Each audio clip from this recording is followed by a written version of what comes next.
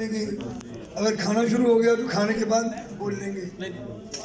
کھانا بھی روک دیں جی ذرا, کھانا بھی اس کے بعد لگائیں. ذرا چوڑ صاحب کو خطاب کر لینے دیجیے گا, ابھی کھانا نہ لگائیے گا.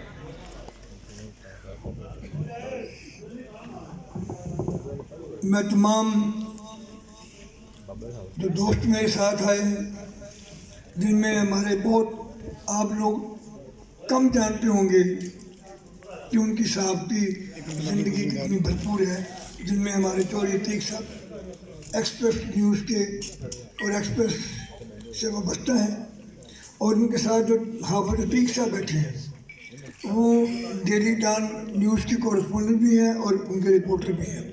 ان کے ساتھ ہمارے طارق خان صاحب ہیں جو پرنٹ میڈیا سے اور الیکٹرانک میڈیا سے بھی وابستہ ہیں. ہمارے ساتھ جو جناب شفیق بھٹی صاحب بھی ہمارے بہت سینئر جرنلسٹ ہیں. جناب دنیا نیوز کے ہمارے جناب بیٹھے ہوئے ہیں, میں ملک ظفر صاحب ہمارے جنرل سیکرٹری تھے پریس کلب کے. تو میں بات یہ کر رہا تھا کہ سب لوگوں نے جس طرح میری پذیرائی کی, جس طرح میرے اقدامات کو سراہا, جس طرح میری خدمات کو خراج تحسین پیش کیا, میں اس قابل نہیں ہوں. تو نہ کوئی بات ایسی نہ کوئی ہونے ٹھہرا, نہ کوئی بات ایسی نہ کوئی ہونے ٹھہرا, میں دوستوں کی وجہ سے معتبر ٹھہرا. اور سچ بات پہ ملتا ہے سدا زہر کا پیالہ, سچ بات پہ ملتا ہے سدا زہر کا پیالہ, جینا ہے تو پھر جرت اظہار نہ مانگو. آج کل کے دور میں جہاں سچ بات کے بدلے میں جیل جانا پڑتا ہے اور قید و بند کی صحبتیں برداشت کرنی پڑتی ہیں اور کوڑے کھانے پڑتے ہیں اور پھانسیاں کا پھٹا گلے میں لگانا پڑتا ہے کہ خونے 100,000 انجم سے ہوتی ہے سار پیدا. جب یہ لوگ قربانیاں دیتے ہیں تو صاحب کو زندگی ملتی ہے. یہی بات یہ کہہ رہے تھے, ابھی بات میں کلیئر کر دوں. یہ بات کا ابہام ہے کہ بے روزگار کا ممبر نہیں ہو سکتا. میرے کہنے کا مقصد یہ نہیں تھا. تھوڑا سا اس کی میں تھوڑی سی تفصیل بتا دوں.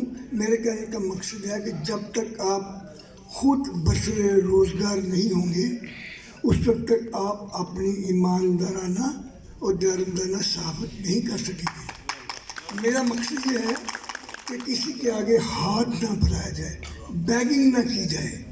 اگر آپ ہاتھ نہیں پھیلائیں گے تو سینہ تان کے اپنے شہر میں پھریں گے. کسی کی کوئی جرت نہیں ہوگی کہ کوئی گشت اٹھا کے یہ کہے کہ یہ بلیک میلر چاہ رہا ہے. تمام میری 50 سال کی صحافتی زندگی میں نے کبھی پیسے نہیں لیے اور ہمیشہ سچ بات کا پہرا دیا ہے, سچ لکھا ہے, سچ بولا ہے. اس لیے کوئی ایسی دفعہ نہیں جو مجھ پر نہیں لگی. 302 کا میں چلان ہو چکا ہوں, دہشت گردی کی دفعات مجھ پر لگ چکی ہیں, اور اس کے ہٹ کے مارشل ریگولیشن 1333 میں بھگت چکا ہوں. مارشل ریگولیشن 102 میں بھگت چکا ہوں. میں اس صحافت کی ایک خبر روزنامہ مسابات میں اکاڑا میں خود سوزی کرنے والے شخص کی تصویر اور خبر لگانے کی پاداش میں مجھے 302 میں چلان کر دیا گیا, اور میں 3 سال اس ملک سے اغزائے رہا ہوں. میں بھاگ گیا تھا, حکومت پاکستان کا مجرم تھا, لیکن کوئی بات نہیں ہے. میں یہ کہتا ہوں کہ اس میں صحبتیں برداشت کرنی پڑتی ہیں, لیکن جو فخر ہے وہ تمام جتنے بھی مقدمات مجھ پہ ہوئے وہ میرے میڈلز ہیں. یہ فخر ہے نا, کسی بلیک میلنگ میں کسی اخلاقی جرم میں چلان نہیں ہوں. میں نادی صحافت اور اظہار رائے کی کو اوپر اٹھانے کے لیے میں تمام پابندیاں میں نے اٹھائی ہیں. میں صرف یہ بات کروں گا آپ دوستوں سے, اپنا روزگار لازمی رکھیں. اگر آپ روزگار کریں گے تو عزت سے آپ صحافت بھی کر سکیں گے. اور میں تمام اپنے دوستوں کو یہ بھی دعوت دیتا ہوں کہ آپ اپنا غیر نصابی تعلیم کتابیں پڑھا کرو, اور کتابیں پڑھنا آپ کے لیے بہت مفید ہوگا. جب آپ کے پاس علم ہوگا تو آپ سیاسی گفتگو کر سکیں گے، آپ علم و ادب کی محافل میں بھی آپ جا کے اپنا کر سکیں گے، کیونکہ یہ پڑھائی سب سے اہم بات ہے۔ میں نے 1963 میں میں نے میٹرک کیا، 1965 میں میں نے ایف اے کیا، 1967 میں میں نے بی اے کیا گورنمنٹ کالج وغیرہ سے۔ اس کے بعد پھر پاکستان پیپلز پارٹی میں شامل ہو گئے، پھر جیوے جیوے بھٹو سے لے کر آج تک قید و بند کی صورتیں برداشت کرتے رہے، اور جا کے پھر جب تمام عمر نعرے تمام، میں یہ بات تمام پارٹیوں کے کارکنوں سے کہتا ہوں، یہ میں اپنی بات نہیں کر رہا، جب تمام زندگی ایک پارٹی کے ساتھ ختم کر دی تب جا کے ہمیں ہوش آئی، اوے چودھری کی کرتا رہے ہیں، ایویں نعرے مار مار کے کمرہ ہوندا رہے ہیں، یہ تو سارا ایجنسیاں دے کھیل ہے، ان کی اپنی کوئی زندگی نہیں ہے، کوئی بندہ بھی ان کے سہارے کے بغیر یہاں برس اقتدار نہیں آ سکتا، بڑے میں واضح طور پر کہہ رہا ہوں۔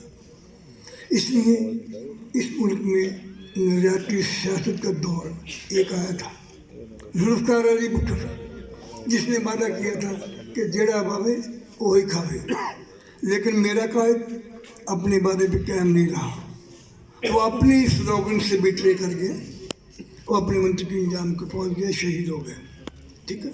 دوسرا وقت آیا تھا جنرل ضیاء الحق، جس نے اسلامائزیشن پوری قوم نے اس کا پیچھا کیا اور ٹرینوں کے آگے لیٹ گئے نظام مصطفیٰ کی خاطر، لیکن اس بندے نے بھی اپنی سلوگن اپنے نعرے کے ساتھ وفا نہیں کی، وہ ایسے ہی رہ گئے۔ 2 موقع ہم نے گنوا دیے، اب تیسرا موقع نہیں آئے گا۔ ہم بھلے جتنے بھی کارکن ہیں کرتے رہے، ایسے ہی کرتا رہے گا نظام جب تک اس ملک میں بلڈی ریولیوشن نہیں آئے گا، یہ قوم ٹھیک نہیں ہوگی۔ دمادم مشق کے اندر ہو گئے، ایک وجہ ٹھا پھر ہی ٹھیک ہے، اور نہ بھائی یہی ہوئے گا جو اسے کر دیتے ہیں۔ اور میں اس کے ساتھ تمام دوستوں کا بھی شکریہ ادا کرتا ہوں کہ آپس کے اختلاف کو ختم کریں، ایک دوسرے کے ساتھ گروہ بندی ختم کریں، مذہبی اور سیاسی تعصبات سے بالا ہو کر صحافت کریں، کیونکہ اس میں ہی سب کی بڑھائی ہے۔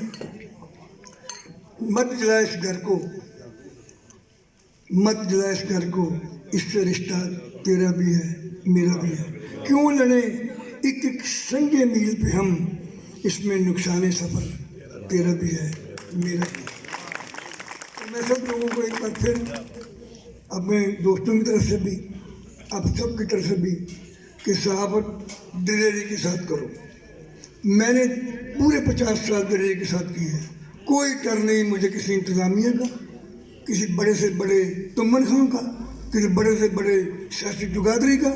اپنا کھاتے ہیں، اپنا پہنتے ہیں، اپنے قلم سے لکھتے ہیں، اپنی جو تحریریں ہیں وہی آپ کا زیور ہے، وہی آپ کا ایسٹ ہے، وہی آپ کا بینک بیلنس، وہی کوئی دنیا کی طاقت آپ کو نہیں خرید سکتی۔ سچ اور حق، یہی میں کہتا ہوں کہ قلم کی عصمت کا سودا نہیں کرنا۔ اگر آپ قلم کی عصمت کا سودا نہیں کریں گے تو آپ کہیں بھی آپ کو شکست نہیں ہوگی، ہمیشہ ہر محاذ پر آپ کامیاب ہوں گے۔